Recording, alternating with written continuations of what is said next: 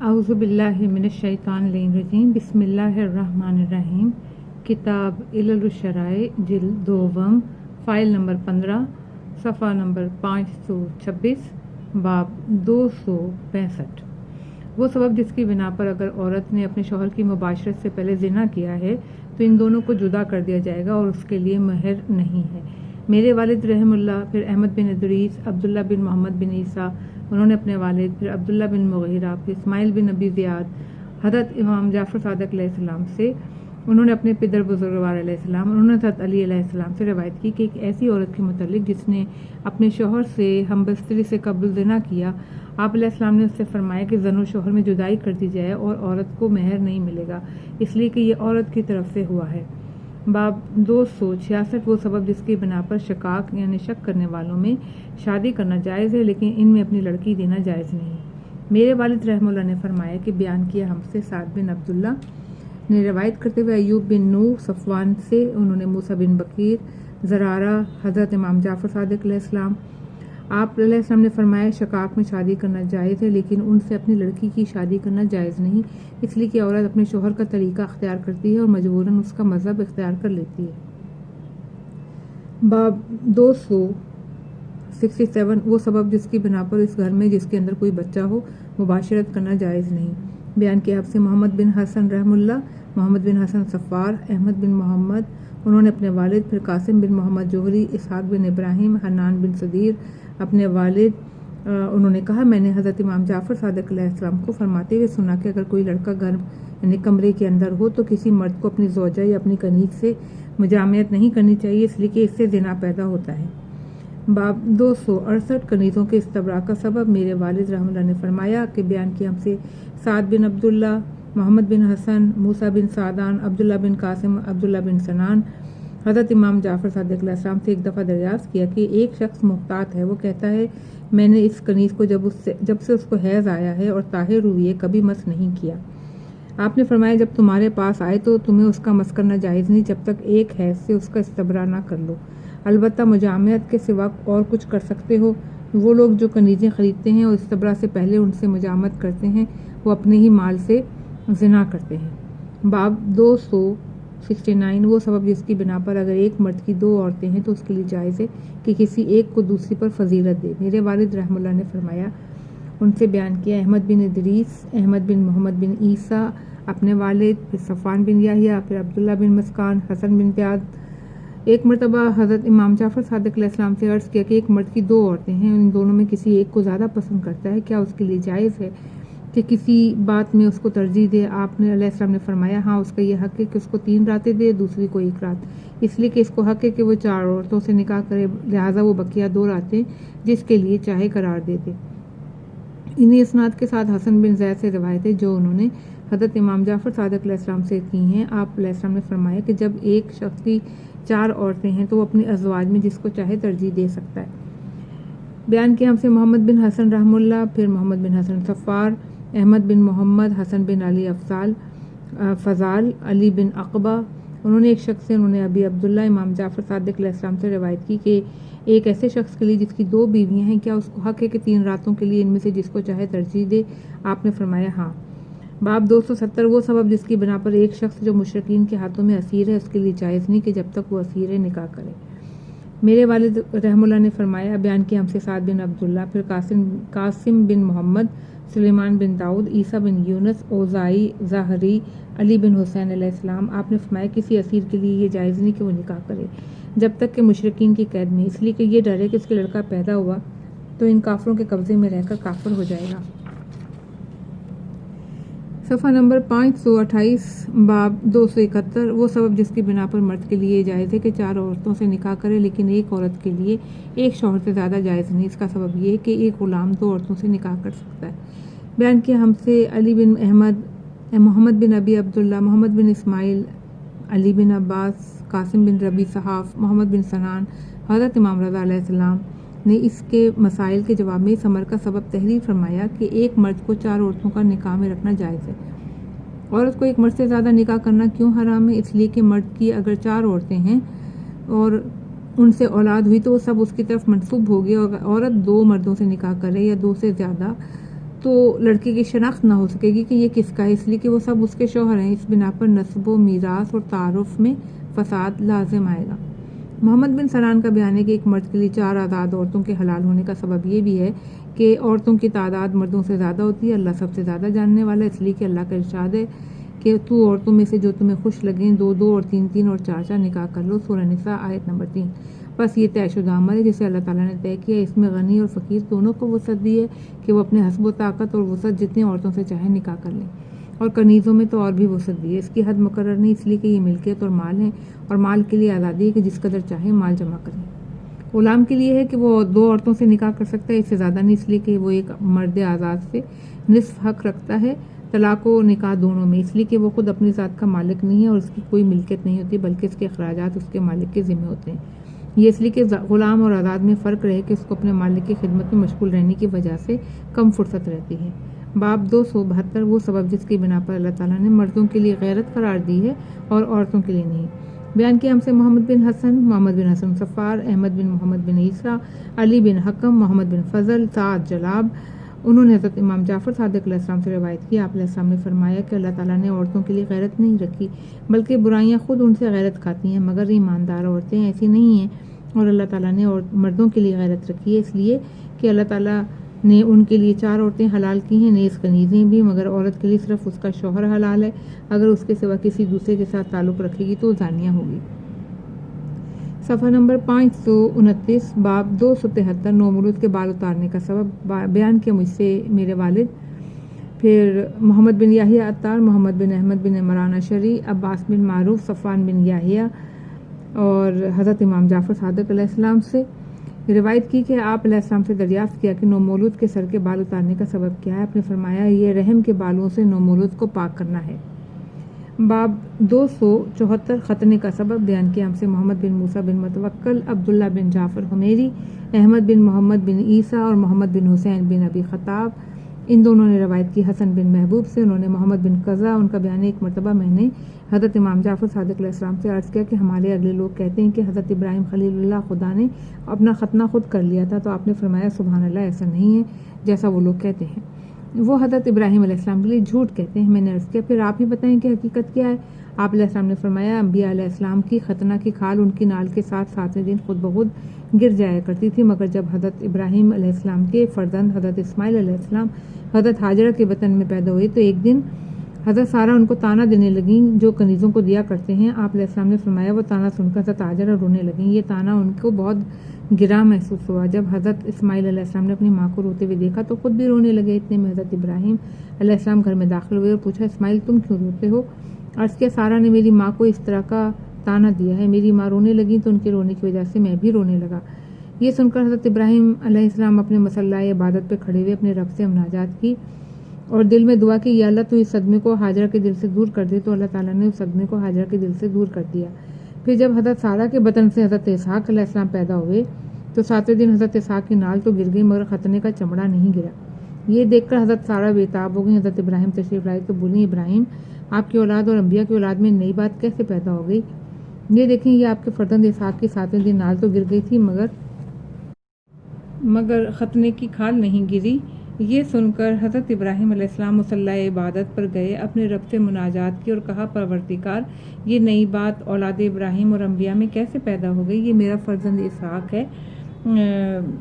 اس کی کھال جو ہے وہ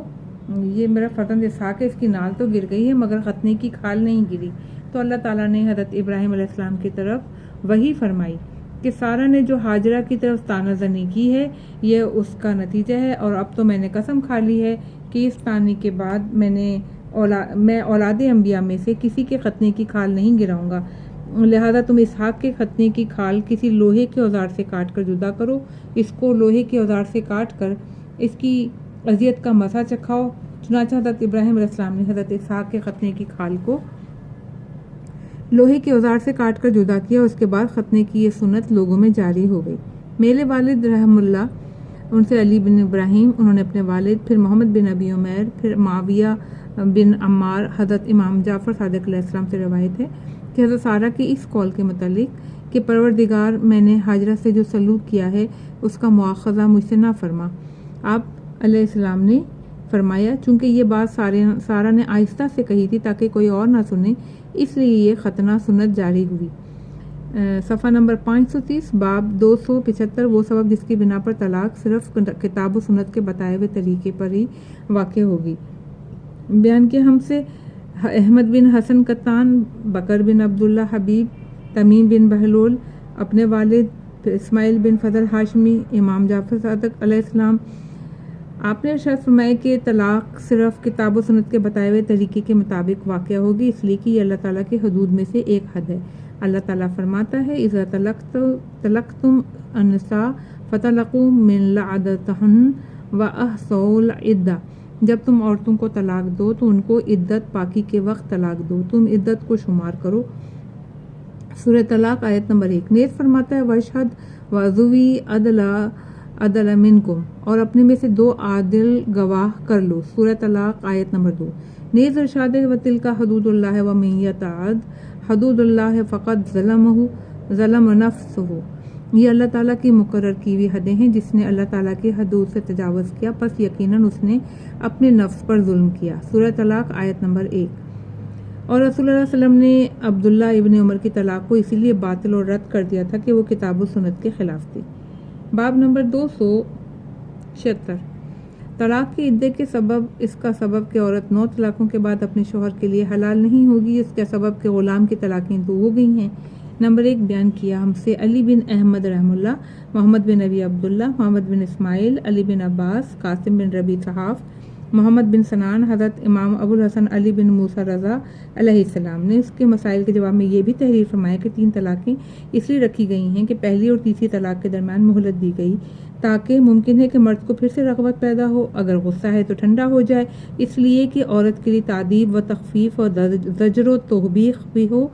اور وہ اپنے شوہر کی نافرمانی سے باز آ جائے، اس لیے کہ اس نے اپنے شوہر کی نافرمانی کر کے جو اس کے لیے مناسب نہ تھا، جدائی اور افتراق کا ایک پردہ لٹکا لیا ہے، اور عورت 9 طلاقوں کے بعد حرام ہو جاتی ہے، تاابد حلال نہیں ہوتی۔ اس کا سبب یہ ہے کہ اس کو سزا دینا ہے تاکہ مرد طلاق کو کھیل نہ سمجھے اور عورت کو کمزور نہ جانے، اپنے حالات پر نظر رکھے، اس کی آنکھیں کھلی رہیں، اس سے سبق حاصل کرے، اس لیے تاکہ وہ 9 طلاقوں کے بعد عورت کے ملنے سے بالکل مایوس ہو جائے۔ اور غلام کی طلاق کی تعداد 2 اس لیے رکھی گئی ہے کہ کنیز کی طلاق نصف ہونی چاہیے، مگر 2 احتیاطاً رکھ دیا تاکہ فرض مکمل ہو جائے۔ اس طرح سے کنیز کی عدت وفات میں بھی فرق ہے جس کا شوہر مر گیا ہو۔ بیان کیا ہم سے محمد بن ابراہیم بن اسحاق تالقانی، احمد بن محمد حمدانی، علی بن حسن بن فضال، اپنے والد، پھر حضرت امام رضا علیہ السلام، ان سے دریافت کی کہ کیا سبب ہے کہ وہ متعلقہ عورت جو عدہ میں ہے اپنے شوہر پر اس وقت تک حلال نہ ہوگی جب تک اس شوہر کے علاوہ کسی دوسرے سے نکاح نہ کر لے۔ آپ علیہ السلام نے فرمایا اللہ تعالیٰ نے 2 مرتبہ طلاق کا وقفہ دیا تھا، چنانچہ فرماتا ہے طلاق مرتان فامساک بمعروف او تسریح باحسان، طلاق رجعی جس کے بعد رجوع کی جا سکتی ہے 2 ہی مرتبہ ہے، اس کے بعد یا تو نیکی کے ساتھ روک لینا یا سلوک کے ساتھ رخصت کر دینا، سورہ بقرہ آیت نمبر 229۔ یعنی تیسری مرتبہ کی طلاق میں اس لیے کہ وہ تیسری طلاق کی حد میں داخل ہو رہا ہے جو اللہ تعالیٰ کو ناپسند ہے، اس لیے وہ عورت اس پر حرام کر دی ہے جب تک یہ عورت کسی دوسرے مرد سے نکاح نہ کر لے، تاکہ لوگ طلاق کو معمولی اور ہلکی بات نہ سمجھیں اور عورتوں کو ضرر نہ پہنچائیں۔ باب 277، وہ سبب جس کی بنا پر ایک متعلقہ عورت کی عدت 3 ماہ یعنی 3 حیض ہے، اور جس عورت کا شوہر مر گیا یعنی بیوہ، اس کی عدت وفات سے 4 ماہ 10 دن ہے۔ میرے والد رحمہ اللہ نے فرمایا، بیان کیا ہم سے سعد بن عبداللہ، احمد بن محمد بن خالد برقی، محمد بن خالد، محمد بن سلیمان دیلمی، ابی حیثم اور ابو الحسن ثانی، ان سے دریافت کیا کہ متعلقہ عورت کی عدت 3 حیض یا 3 مہینے ہے تو شوہر کی وفات کی عدت وفات سے 4 ماہ 10 دن کیسے ہو گیا؟ آپ نے فرمایا متعلقہ عورت کے حیض یا 3 ماہ کی عدت عورت کے رحم کو بچے سے پاک کرنے کے لیے ہے، اور عدت وفات تو اللہ تعالیٰ نے کچھ شرائط عورتوں کی موافقت میں لگائی ہیں اور کچھ عورتوں کی مخالفت میں، اور جو شرط ان کی مخالفت میں لگائی ہے وہ بھی اسی شرط کے برابر ہے اس کی اس شرط کے جو موافقت میں لگائی ہے۔ وہ شرط جو ان کی موافقت میں لگائی ہے وہ یہ ہے کہ ایلا یعنی الف یہ لام الف لا اور حمزہ، مرد قسم کھا لے کہ میں اس عورت سے ہم بستری نہ کروں گا، اس میں 4 ایلا میں 4 مہینے رکھے ہوئے ہیں، اس لیے کہ اس کو علم ہے کہ عورت حد سے حد 4 ماہ صبر کر سکتی ہے۔ چنانچہ ارشاد للذین یعلون من نساء من تربص اربعۃ اشہر، پس مرد کے لیے جائز نہیں کہ 4 ماہ سے زیادہ اپنے اعلاء پر قائم رہے۔ سورہ بقرہ آیت نمبر 226۔ اس کو کفارہ دے کر اپنی قسم کو توڑنا پڑے گا یا طلاق دے کر عورت کو آزاد کرنا پڑے گا، اس لیے کہ اللہ کو علم ہے کہ عورت زیادہ سے زیادہ 4 ماہ تک مرد سے بے نیاز رہ سکتی ہے۔ وہ شرط جو عورتوں کے خلاف ہے وہ یہ ہے کہ اس کے لیے ارشاد عدتہن 4 اشہر و عشرہ، یعنی اگر شوہر مر جائے تو عورت پہ واجب ہے کہ 4 ماہ اور 10 دن عدہ رکھے، جس طرح سے اعلیٰ کے موقع پر شوہر کو 4 ماہ کا پابند بنایا گیا تھا۔ اللہ تعالیٰ کو علم ہے کہ حد سے حد 4 ماہ تک عورت صبر کر سکتی، اس لیے یہ دونوں اس کے مخالف و موافق کر دیے گئے ہیں۔ خبر دی گئی مجھے علی بن حاتم، پھر قاسم بن محمد، حمدان بن حسین، حسین بن ولید، محمد بن بکیر، عبداللہ بن سنان، ایک مرتبہ میں نے حضرت امام جعفر صادق علیہ السلام سے عرض کیا کہ کیا وجہ ہے عدہ طلاق 3 ماہ، عدہ وفات 4 ماہ 10 روز ہو گئی؟ آپ نے فرمایا اس لیے کہ طلاق کی سوزش عورت کے دل میں 3 ماہ کے اندر سکون میں پا جاتی ہے، اور شوہر کی وفات کی خلش عورت کے دل میں 4 ماہ 10 دن سے پہلے قرار نہیں پاتی۔ باب 278، وہ سبب جس کی بنا پر لعن شدہ عورت اپنے اس شوہر کے لیے جس نے اس کو لعن کیا تھا تا ابد حلال نہیں ہوگی۔ صفحہ نمبر 532۔ خبر دی مجھے علی بن حاتم، پھر قاسم بن محمد، حمدان بن حسین، حسین بن ولید، مرتان بن دینار، حضرت ابو الحسن موسیٰ بن جعفر علیہ السلام۔ راوی کا بیان ہے کہ میں نے ایک مرتبہ آپ علیہ السلام سے دریافت کیا کہ اس کا کیا سبب ہے کہ لعن شدہ عورت اپنے شوہر پر جس نے اس کو لعن کیا تا ابد حلال نہیں ہوگی؟ آپ علیہ السلام نے فرمایا کہ ان کو سچی قسم کی بنا پر، اس لیے کہ ان دونوں نے باللہ کہا ہے، یعنی اللہ کی قسم۔ باب 289، وہ سبب جس کی بنا پر طلاق اور رویت حلال میں عورتوں کی گواہی قبول نہیں ہوتی۔ بیان کیا ہم سے علی بن احمد، محمد بن ابی عبداللہ، محمد بن اسماعیل، علی بن عباس، قاسم بن ربی صحاف، محمد بن سنان، حضرت امام رضا علیہ السلام۔ انہوں نے ان کے مسائل کے جواب میں جو خط تحریر کیا اس میں یہ بھی لکھا کہ طلاق اور رویت حلال کے معاملے میں عورتوں کی شہادت کو ترک کرنے کا سبب اس کی قوت بصارت کی کمزوری اور طلاق سے جھجک و بیجا طرفداری کرنا ہے۔ اسی بنا پر ان کی شہادت جائز نہیں، لیکن یہ کہ ضروری ہو جائے، جیسے قابلہ کی شہادت اور وہ مواقع جہاں پہ مردوں کے لیے دیکھنا جائز نہیں ہے، جس طرح اہل کتاب کی شہادت جبکہ ان کے سوا کوئی گواہ نہ ہو، اور کتاب خدا میں ان کے متعلق ہے کہ اسنان ذو عدل منکم، یعنی تم میں سے 2 عادل، اور آخران من غیرکم، سورہ مائدہ آیت نمبر 106، یعنی غیروں کافروں میں سے 2، یا جس طرح قتل کے معاملے میں بچوں کی شہادت جبکہ ان کے سوا کوئی اور دوسرا نہ پایا جائے۔ باب 280، ایک مرد اور 2 عورتوں کی شہادتوں کا سبب۔ اصل کتاب میں یہ باب سادہ ہے۔ صفحہ نمبر 533 اور باب نمبر 281، وہ سبب جس کی بنا پر مطلقہ کی عدہ اس کے طلاق کے دن سے شروع ہوگی، اور وفات کی عدہ جس دن عورت کو اس کے شوہر کی موت کی خبر ملے اس دن سے شروع ہوگی۔ میرے والد رحم اللہ سعد بن عبداللہ، احمد بن محمد بن عیسیٰ، احمد بن محمد بن ابی نصر بزنتی، حضرت ابو الحسن امام رضا علیہ السلام سے مطلقہ کے متعلق آپ علیہ السلام نے فرمایا اگر ثبوت اور دلیل قائم ہو جائے کہ اس عورت کو اس کے شوہر نے فلاں فلاں دن طلاق دے دی تھی تو اس دن سے اس کا عدہ شروع ہو جائے گا، اور جب عدت پوری ہو جائے گی تو وہ اپنے شوہر سے جدا ہو جائے گی، اور وہ عورت جس کا شوہر مر گیا ہے وہ اس وقت سے عدہ رکھے گی جب سے اس کے شوہر کے مرنے کی خبر ملے گی، اس لیے کہ اس کا ارادہ ہوگا کہ وہ اپنے شوہر کی موت کا سوگ منائے، زینت ترک کرے اور سیاہ لباس پہنے۔ باب 282، وہ سبب جس کی بنا پر زنا کے معاملے میں 4 گواہ قرار دیے گئے اور قتل کے معاملے میں 2 گواہ۔ میرے والد رحم اللہ، پھر عبداللہ بن جعفر حمیری، احمد بن محمد بن عیسیٰ، علی بن اسیم راوی سے، انہوں نے اس راوی سے جس نے ہمارے صاحب میں سے ایک روایت کی، اس نے حضرت امام جعفر صادق علیہ السلام سے روایت کی، آپ علیہ السلام سے دریافت کیا گیا کہ زنا کے ثبوت کے لیے 4 گواہ اور قتل کے ثبوت کے لیے 2 گواہ کیوں قرار دیے گئے ہیں؟ آپ علیہ السلام نے فرمایا اللہ تعالیٰ نے تم لوگوں کے لیے متاع حلال قرار دے دیا ہے، اسے یہ علم ہے کہ تم لوگوں پر اس کی وجہ سے زنا کا التحام لگایا جائے گا، اس لیے اللہ تعالیٰ نے اس کے لیے 4 گواہیاں قرار دی ہیں، اگر ایسا نہ کرتا تو مخالفین تم لوگوں پر زنا ثابت کرنے کی کوشش کرتے، اور بہت کم ایسا ہوتا ہے کہ کسی ایک معاملے میں 4 گواہ فراہم ہو جائیں۔ نمبر 2 بیان کیا ہم سے علی بن احمد، محمد بن ابی عبداللہ، محمد بن اسماعیل، علی بن عباس، قاسم بن ربی صحاف، محمد بن سنان، حضرت امام رضا علیہ السلام ان کے مسائل کے جواب میں جو خط لکھا اس میں یہ بھی تحریر کیا کہ زنا کے ثبوت کے لیے 4 گواہ، اس کے علاوہ سارے معاملات کے ثبوت کے لیے 2 گواہ قرار دیے گئے ہیں، اس لیے کہ ایک مرد شادی شدہ پاک دامن کو سنسار کرنا بہت سخت سزا ہے، اس لیے کہ اس میں قتل بھی ہے، اس بنا پر اس کے ثبوت کے لیے 4 گواہیاں قرار دی گئی ہیں، اس میں قتل نفس اور بچے کا نسب چلا جانا، میراث میں فساد لازمانہ ہے۔ بیان کیا ہم سے محمد بن حسن رحم اللہ، محمد بن حسن صفار، عباس بن معروف، علی بن مہزیار، علی بن احمد بن محمد، انہوں نے اپنے والد، پھر اسماعیل بن حماد بن ابی حنیفہ، انہوں نے اپنے والد حماد، اپنے والد ابو حنیفہ، ایک مرتبہ میں نے حضرت امام جعفر صادق علیہ السلام سے دریافت کیا، بتائیے دونوں میں کون زیادہ سخت ہے، زنا یا قتل؟ آپ نے فرمایا قتل۔ تو میں نے عرض کیا پھر کیا بات ہے کہ قتل کے ثبوت کے لیے 2 گناہوں کی ضرورت ہے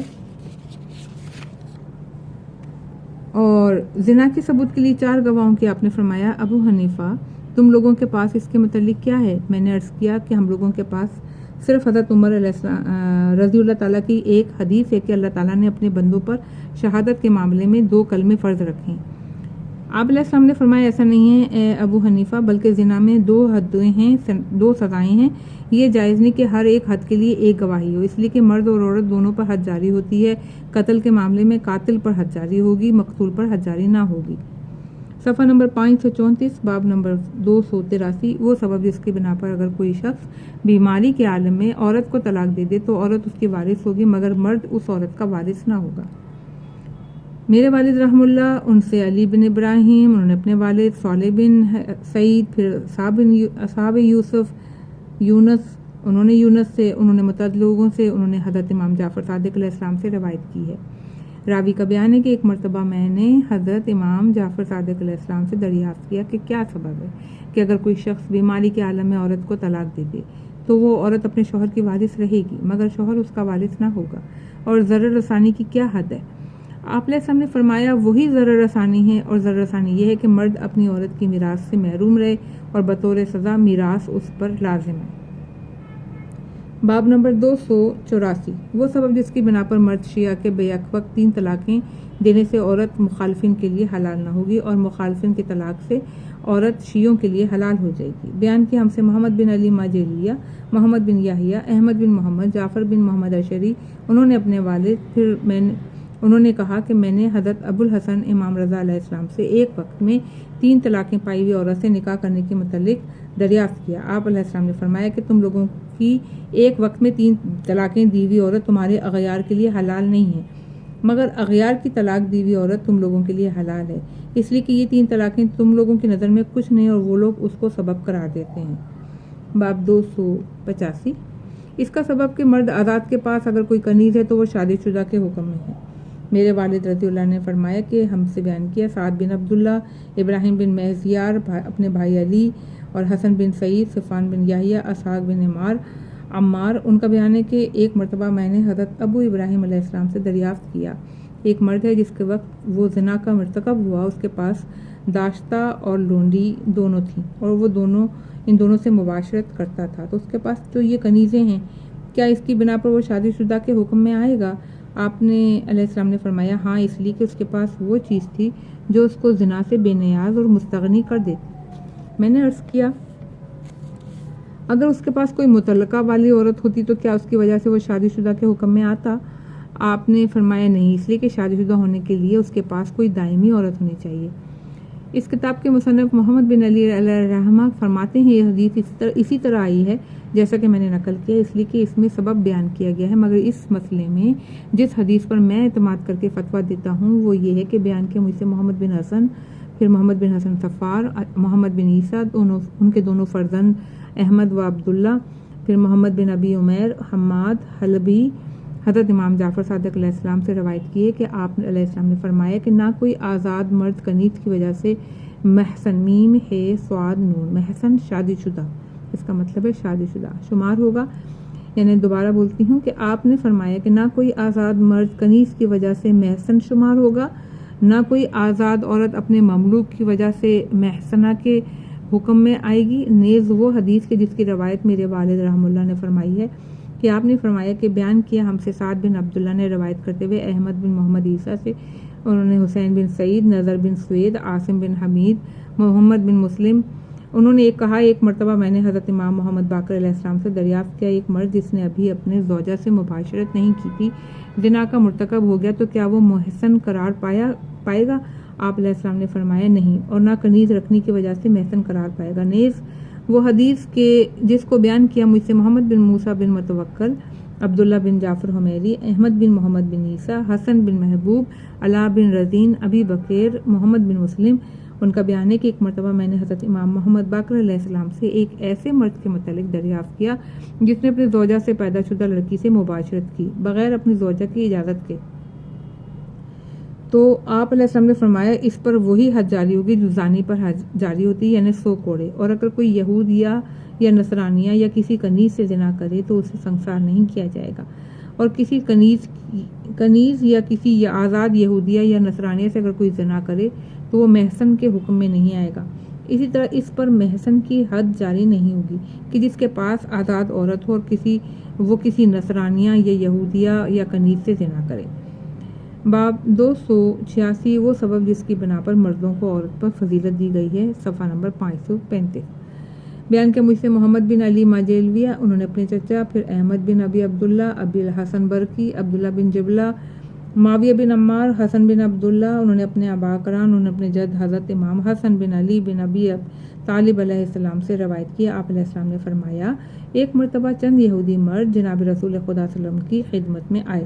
ان میں سے جو سب سے زیادہ صاحب علم تھا اس نے آپ سے چند سوال پوچھے، جن میں ایک سوال یہ تھا کہ مردوں کو عورت پر کتنی فضیلت و فوقیت ہے. نبی کریم صلی اللہ علیہ وسلم نے ارشاد فرمایا جیسی فوقیت آسمان کو زمین پر ہے، جیسی فضیلت پانی کو زمین پر ہے. پانی زمین کو زندگی دیتا ہے اور مردوں کی وجہ سے عورتیں زندہ رہتی ہیں. اگر مرد نہ ہوتے تو عورتیں پیدا ہی نہ کی جاتی. اللہ تعالیٰ کا ارشاد ہے الرجال قوامون علی النساء بما فضل اللہ بعضهم علی بعض وبما انفقوا من اموالهم. مردوں کا عورتوں پر قابو ہے اس لیے کہ اللہ نے بعض انسانوں پر فضیلت دی ہے، پھر مرد ان پر اپنا مال خرچ کرتے ہیں. سورہ نساء آیت نمبر 34. یہودی نے کہا آخر ایسا کیوں ہوا؟ آپ نے فرمایا اللہ تعالیٰ نے حضرت آدم علیہ السلام کو مٹی سے پیدا کیا، ان کی خلقت سے جو مٹی فاضل ہو گئی اور باقی رہ گئی اس سے جو ہوا کو پیدا کیا. سب سے پہلے جس نے عورتوں کی اطاعت کی وہ حضرت آدم علیہ السلام تھے. بس اللہ تعالیٰ نے ان کو جنت سے نیچے اتار دیا. اللہ تعالیٰ نے دنیا میں عورتوں پر مردوں کی فضیلت کو واضح کر دیا. کیا تم نہیں دیکھتے ہو کہ عورتوں کو اس طرح حیض آتا ہے کہ اس گندگی اور نجاست کی وجہ سے ان کو عبادت کرنا ممکن نہیں، اور مردوں کو حیض وغیرہ کچھ نہیں آتا. یہودی نے کہا اے محمد صلی اللہ علیہ وآلہ وسلم آپ نے سچ فرمایا. صفحہ نمبر 536. باب 387 وہ سبب جس کی بنا پر متاع ایک مرد آزاد کو محسن و شادی شدہ نہیں بنا دیتا. میرے والد نے فرمایا بیان کیا مجھ سے سعد بن عبداللہ، احمد بن محمد بن عیسیٰ، حسین بن سعید، محمد بن ابی عمیر، حشام، حفص بن بختری، اور اس نے بیان کیا حضرت امام جعفر صادق علیہ السلام سے روایت ہے کہ اس کے اس سوال پر کہ اگر ایک شخص متع کرے تو وہ محسن اور شادی شدہ بن جائے گا. آپ نے فرمایا نہیں، شادی شدہ تو عقد دائم کرنے سے ہوتا ہے. باب 288 وہ سبب جس کی بنا پر عورتوں کی اطاعت کرنے سے منع کیا گیا ہے. بیان کی ہم سے علی بن احمد بن عبداللہ بن احمد بن ابی عبداللہ برقی،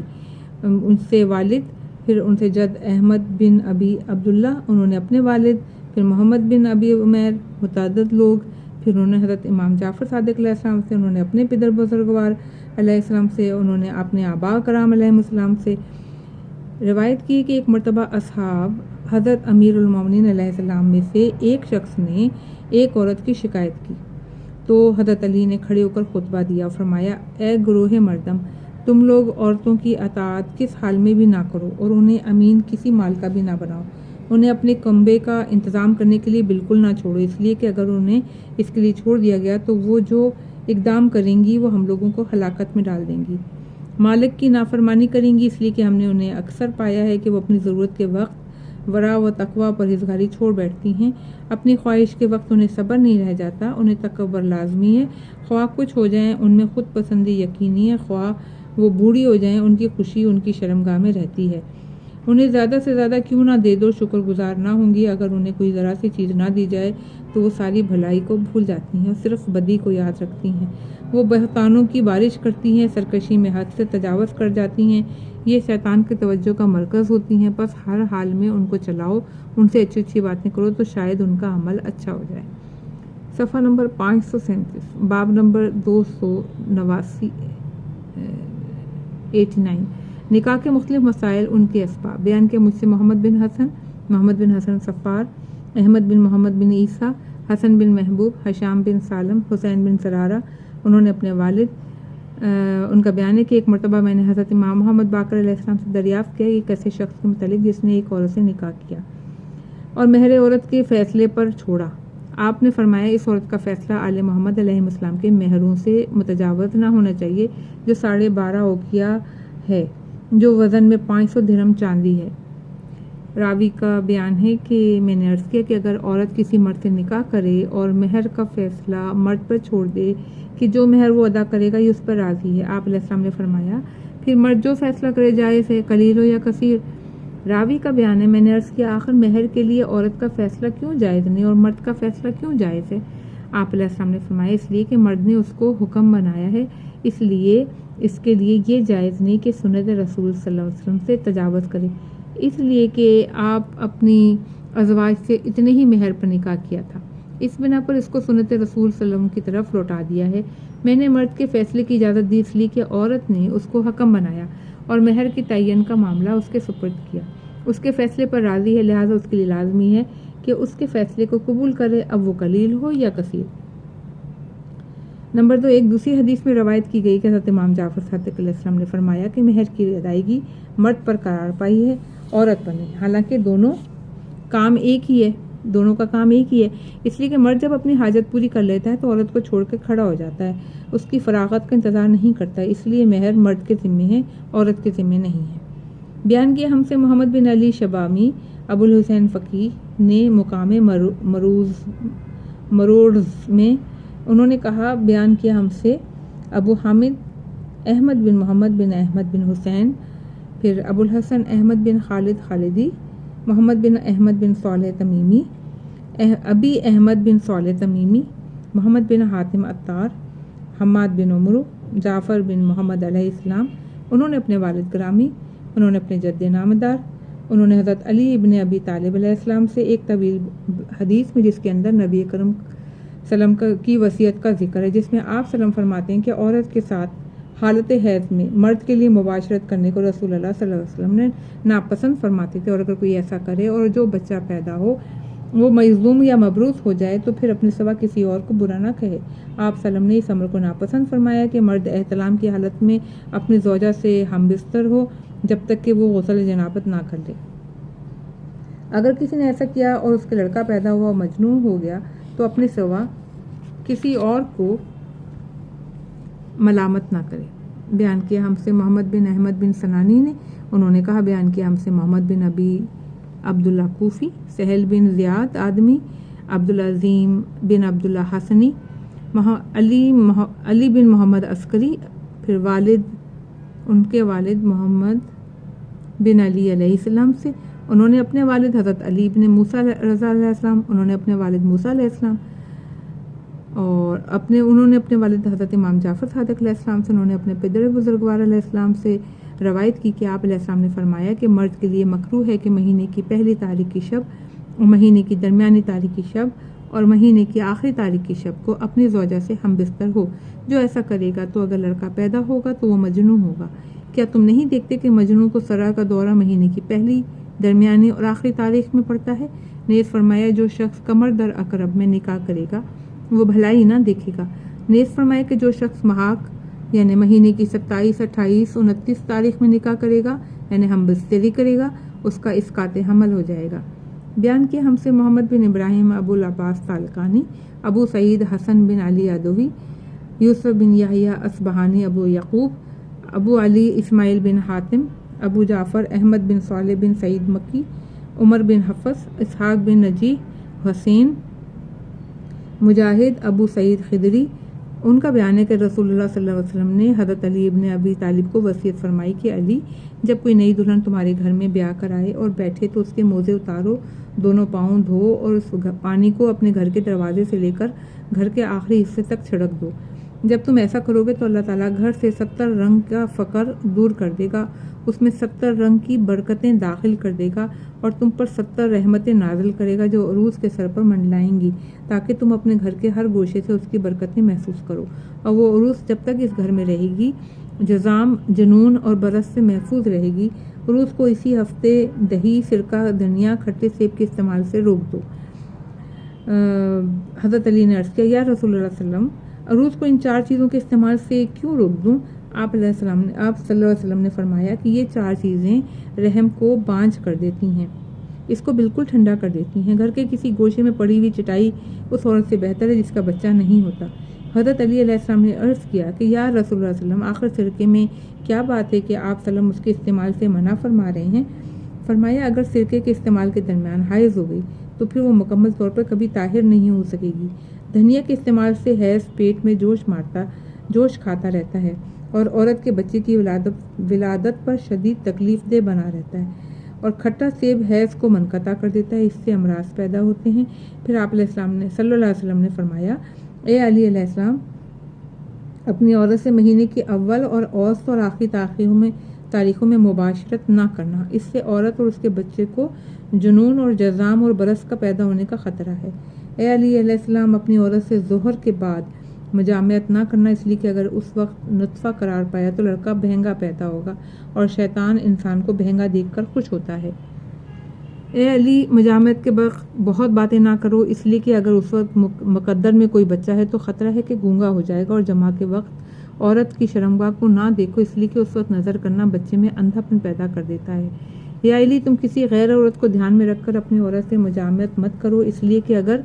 تم دونوں کو اللہ نے بچہ دیا تو ڈر ہے کہ مخنث یا مؤنث یا اپاہج وغیرہ نہ ہو جائے۔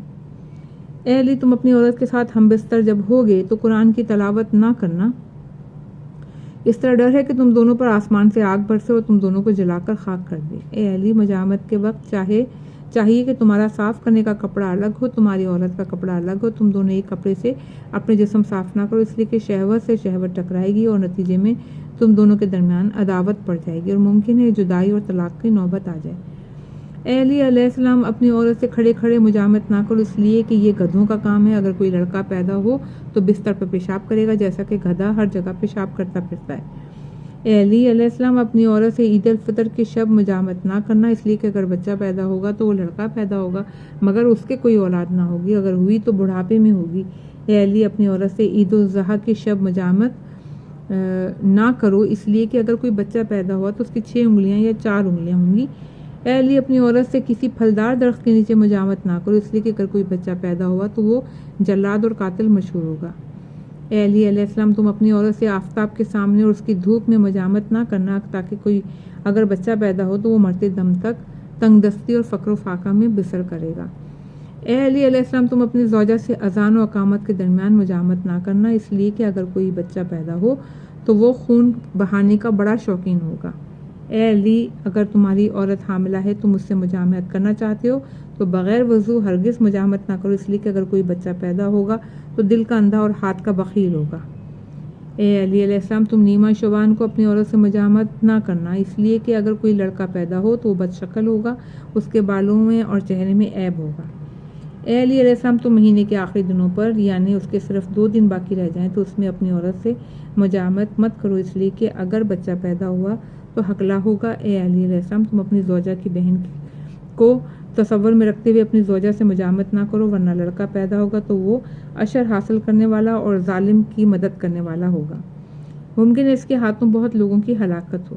اے علی، تم کسی عمارت کی چھت پر اپنی زوجہ سے مجامعت نہ کرنا، ورنہ جو بچہ پیدا ہوگا وہ منافق اور بدعتی ہوگا۔ اے علی، جس دن تم کو سفر کرنا ہو اس کی شب کو اپنی عورت سے مجامعت نہ کرنا، اس لیے کہ اگر لڑکا پیدا ہوگا تو وہ اپنا مال حق کے خلاف صرف کرے گا۔ پھر رسول اللہ صلی اللہ علیہ وسلم نے اس آیت کی تلاوت فرمائی، ان المبذرین ملعین اخوان شیاطین، بے شک فصول شیطان خرچی کرنے والے شیطانوں کے بھائی ہیں۔ فضول خرچی کرنے والے شیطانوں کے بھائی ہیں۔ سورہ بنی اسرائیل آیت نمبر 27۔ اے علی، اگر تم کو 3 دن کی مسافت پہ جانا ہو تو تم اپنی عورت سے مجامت نہ کرو، ورنہ لڑکا پیدا ہوگا تو وہ ہر ظلم کرنے والے کی مدد کرے گا۔ اے علی، جب تم 2 شنبہ کی شب مجامت کرو اور اگر لڑکا پیدا ہو تو وہ حافظ قرآن ہوگا، اللہ جو اس کو دے گا وہ اس پہ راضی رہے گا۔ اے علی، تم 6 شنبہ کی شب میں مجامت کرو، جو لڑکا پیدا ہوگا اللہ تعالیٰ لا الہ الا اللہ اور محمد الرسول اللہ کی شہادت کے بعد شہادت کی روزی دے گا۔ اس کو مشرکین کے ساتھ معذب نہیں کرے گا، اس کا منہ خوشبو سے بسا ہوگا، وہ رحم دل ہوگا، ہاتھ کا سخی ہوگا، اس کی زبان غیبت سے، کذب سے اور بہتان سے پاک ہوگی۔ اے علی، جب تم شب 5 شنبہ مجامت کرو تو اگر لڑکا پیدا ہو تو وہ حاکموں میں سے ایک حاکم یا عالموں میں سے ایک عالم ہوگا، اور تم 5 شنبہ کے دن زوال آفتاب کے قریب مجامت کرو تو اگر لڑکا پیدا ہو تو اس کے قریب شیطان بڑھاپے تک نہیں آئے گا، وہ صاحب فہم ہوگا، اللہ تعالیٰ اس کو دین اور دنیا دونوں میں سلامتی عطا فرمائے گا۔ اگر تم اپنی زوجہ سے شب جمعہ میں مجامت کرو اور لڑکا پیدا ہوا تو خطیب شیریں زبان اور بلیغ ہوگا۔ تم جمعے کے دن بعد عصر مجامت کرو گے تو لڑکا پیدا ہوا تو وہ بہت مشہور و معروف عالم ہوگا۔